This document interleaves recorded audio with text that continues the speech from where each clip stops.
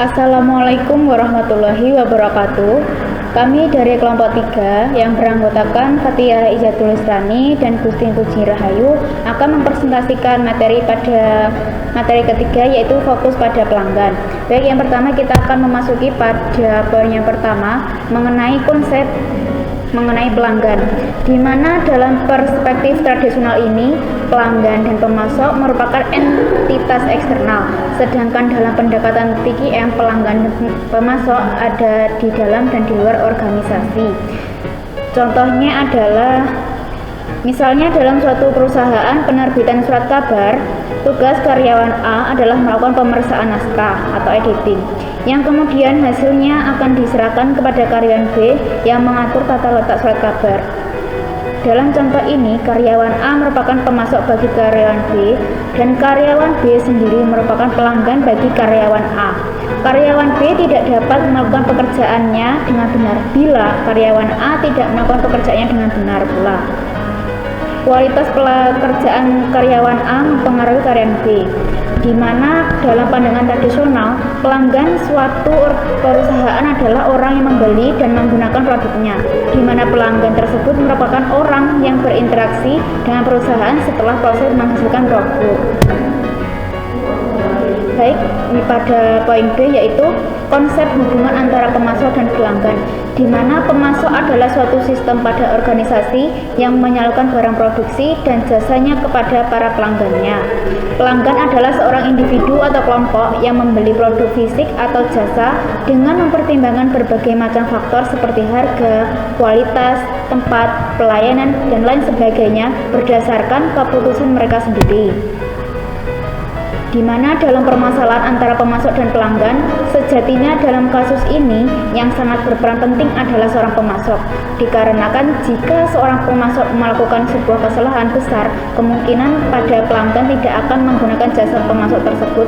Untuk mempertahankan pelanggan, diperlukan suatu manajemen hubungan pelanggan yang baik dan berkesinambungan. Baik, pada poin C, proses memahami pelanggan. Di sini ada 5 poin. Yang pertama yaitu pengenalan masalah atau kebutuhan, di mana langkah pertama dan terpenting dalam proses keputusan pelanggan, di mana pembeli tidak dapat terjadi tanpa pengakuan kebutuhan. Kebutuhan mungkin telah dipicu oleh rangsangan intern atau rangsangan eksternal. Yang kedua yaitu pencarian informasi, di mana setelah mengenali masalah atau kebutuhan, langkah selanjutnya yang mungkin dilakukan pelanggan adalah tahap mencari informasi untuk mengetahui apa yang mereka rasa merupakan solusi terbaik. Baik, yang ketiga yaitu evaluasi alternatif, di mana individu akan mengevaluasi produk atau merek yang berbeda. Pada tahap ini berdasarkan atribut produk alternatif yang memiliki kemampuan untuk memberikan manfaat yang dicari pelanggan. Selanjutnya pada poin keempat yaitu keputusan pembelian, di mana pembeli dapat memutuskan untuk melanjutkan transaksinya atau tidak melanjutkan transaksinya, mungkin dipicu dari beberapa faktor yang negatif dari pelanggan lain dan tingkat motivasi untuk menerima umpan balik. Yang kelima yaitu perilaku pasca pembelian, di mana pelanggan akan membandingkan produk dengan harapan mereka sebelumnya dan akan merasa puas ataupun merasa tidak puas. Baik, untuk selanjutnya akan dilanjutkan oleh teman saya yaitu Gustin Puji Rahayu. Baik, untuk materi yang selanjutnya yaitu tentang mekanisme memahami harapan pelanggan. Nah, jadi pelanggan itu adalah orang yang menuntut untuk memenuhi suatu standar kualitas dan memiliki pengaruh terhadap performansi sebuah perusahaan. Nah, pada sistem kualitas modern, pelanggan itu terbagi menjadi 3 jenis. Yang pertama pelanggan internal, kedua pelanggan antara, dan yang terakhir pelanggan eksternal. Nah, pelanggan internal sendiri adalah orang perusahaan yang memiliki pengaruh terhadap performansi itu sendiri. Jadi bisa dikatakan ini pihak atau orang yang berada dalam lingkup perusahaan itu sendiri. Kemudian pelanggan antara ini adalah pelanggan yang menjadi perantara produk sampai ke tangan konsumen, namun tidak memakai produk tersebut. Jadi di sini itu pelanggannya itu hanya sebagai perantara produknya, tidak memakai produk dari perusahaannya.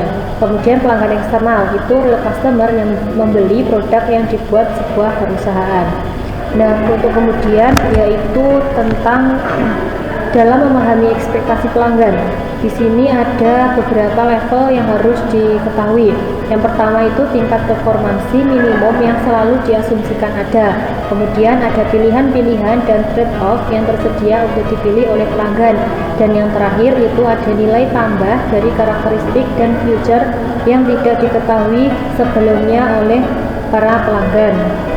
Nah, untuk memahami level ketiga ini itu diperlukan sebuah proses yang disebut sebagai benchmarking, di mana menilai perusahaan lain yang sejenis untuk dijadikan sebagai pembanding dan akan memunculkan yang terbaik atau bisa dikatakan sebagai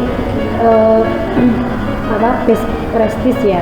Nah, kemudian secara umum itu ada dua tingkatan harapan pelanggan. Yang pertama itu desired expectation atau harapan pelanggan tentang apa yang harus dilakukan oleh perusahaan kepada para pelanggan.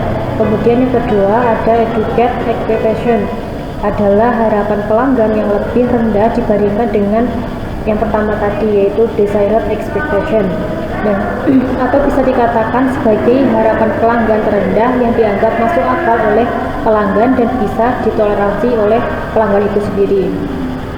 Yang selanjutnya yaitu terkait konsep QFD atau Quality Function Development. Nah, konsep QFD ini pertama kali diperkenalkan oleh Dr. Yoshi atau beliau dari Jepang. Itu memperkenalkan pada tahun 1969, kemudian itu dikembangkan sebagai sebuah sistem pada tahun 1972 yang dikenal dengan sebutan Densetsu Tenkai System. Nah, QFD sendiri adalah sebuah metode terstruktur yang digunakan dalam proses perencanaan dan juga pengembangan sebuah produk untuk menetapkan spesifikasi kebutuhan dan keinginan konsumen, serta digunakan untuk mengevaluasi suatu produk dalam memenuhi kebutuhan dan juga keinginan para konsumen. Nah, yang selanjutnya itu ada beberapa langkah-langkah dalam membangun QFD. Di antaranya, yang pertama itu mengidentifikasikan kebutuhan konsumen, kemudian ada membuat matriks perencanaan, kemudian penyusunan kepentingan teknik. Nah, pada tahap ini itu perusahaan itu mengidentifikasikan kebutuhan teknik yang sesuai dengan keinginan dan juga kebutuhan konsumennya. Nah, kemudian yang keempat itu ada penentuan hubungan antara kebutuhan konsumen dengan kepentingan teknik. Nah, dalam penentuan ini menunjukkan hubungan antara setiap kebutuhan konsumen dan juga kepentingan teknik itu sendiri. Kemudian yang terakhir itu ada penentuan prioritas. Nah, pada penentuan ini menunjukkan prioritas yang akan dikembangkan lebih dulu berdasarkan kepentingan teknik. Nah, mungkin cukup sekian materi yang bisa kami sampaikan. Jadi dari beberapa poin tadi bisa kita simpulkan bahwa pelanggan itu adalah orang yang menjadi pembeli produk yang telah dibuat dan dipasarkan oleh sebuah perusahaan. Nah, di mana orang ini bukan hanya sekali membeli produk tetapi berulang kali. Nah, pada usaha manajemen dalam total quality management itu diarahkan pada satu tujuan utama, yaitu terciptanya kepuasan pelanggan. Nah, dalam permasalahan hubungan antara pemasok dengan pelanggan itu sejatinya dalam kasus ini yang sangat berperan penting itu adalah seorang pemasok. Nah, alasannya kenapa? Karena jika seorang pemasok ini melakukan sebuah kesalahan, itu besar kemungkinannya para pelanggan tidak akan menggunakan jasa pemasok tersebut. Untuk mempertahankan pelanggan itu diperlukan suatu manajemen hubungan pelanggan yang baik dan juga berkesinambungan.